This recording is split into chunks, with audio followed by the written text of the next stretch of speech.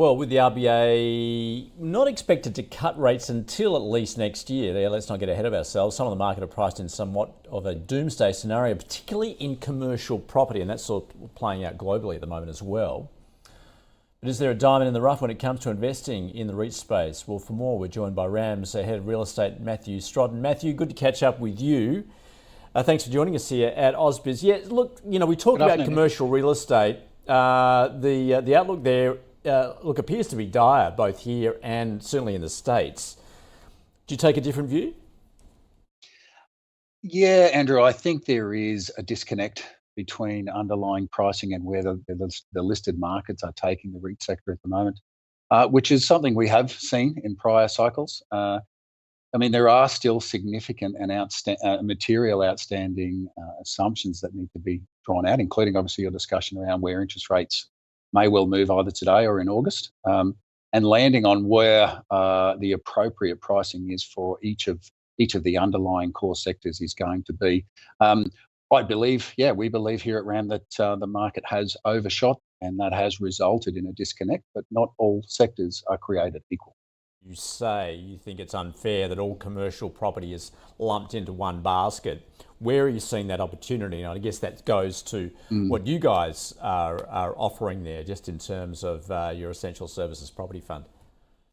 Yeah, that's right. Our focus on essential services retail, this is the daily or weekly needs retail, community centres, community shopping centres that are typically anchored by supermarkets, as well as you say, healthcare. And these are the two sectors that most recently, through a significant stress test going through the pandemic, proved the most resilient, and two sectors that we believe are going to withstand what is likely to be another stress test in the form of a stretch to our economy, a stretch to household budgets, and a continued movement in the patterns of spending within our households. And these two sectors in particular, I believe, are going to withstand those an array of economic scenarios. So, Matthew, you're saying that investors perhaps need to look through particularly what's going on, those short-term headwinds, and look at the longer-term trends, particularly structural changes. And, I guess I'm pointing to demographic changes. Clearly, we have an ageing population and the like. So is that where you're seeing those opportunities?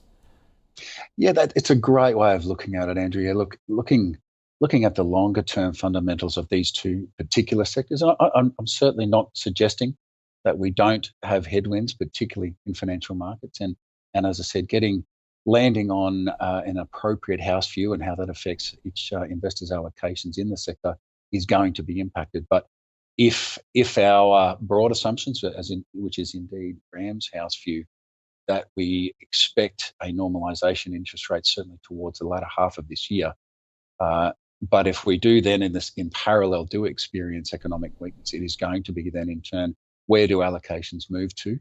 Firstly, in real estate, where there is a longer-term sustainable income that is typically provided, but in which sectors within real estate are going to be the preferred choices. So it is a great way of looking at it. It's not trading through this cycle. It is making sure allocations are appropriately directed towards those sectors that will withstand those economic scenarios. Well, and you're saying, given that focus on healthcare, which is obviously seen as defensive, but you're saying it's also largely non-discretionary, which is a part of that.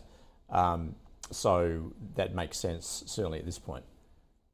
Yeah, that's right. And with the continued resources of local, state and federal capital being directed towards the healthcare sector and meeting those, what we certainly read on a regular basis, the outstanding levels of demand, that underpins further support in healthcare. I think coming out of the pandemic, a lot of our partners, particularly in the hospital space, are looking to effectively recalibrate and expand a lot of their properties around the country to meet, again, continued levels of demand, and we want to be in front of that. And what do investors offer, particularly as far as your essential services property fund, just in terms of a yield and so on? Can you tell us a little more detail there? Yeah, it's been an interesting period of time for us. We are trading at a quite an attractive yield of sort of early to mid 8% on our current earnings guidance, and we see a significant disconnect our underlying NTA.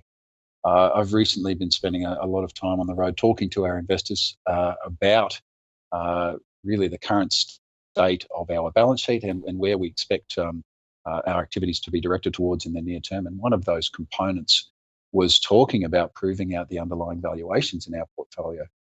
And the activities we're embarking upon at the moment, and this is across a good subset of the portfolio, both healthcare assets, both retail assets, larger scale, smaller scale. Our engagement with the market would suggest that valuations will well and truly be proven out. And once we have done that, our anticipation is reallocating that capital towards attractive buying opportunities, managing our debt position into the coming year, and other possible activities. So it's a matter of getting to work. It's a matter of proving out certain assumptions that at the moment, as I said, lead to a disconnect in the underlying pricing by REIT. Yeah, it sounds as though you've got a bit of a marketing challenge then, just in terms of convincing investors that right. not all REITs are the same. Yeah, not all are created alike, and REITs ain't REITs, cap rates aren't cap rates. I try, as our team does, we talk about each of our local stories. Our assets are all local based; they all have a local outcome. And at this time of the market, I think it's never more important to price assets based on the local environment, local conditions, local levels of demand, and the local position of that asset within its trade area. And that really is good when you bring that back to basics and you can articulate that to your investors, and in parallel prove out that that values as ascribed by our NTA are well and truly provable. And if we can do that, I anticipate and hope that our investors who've been very good with us since listing will remain supportive and continue to stay with us into the near term.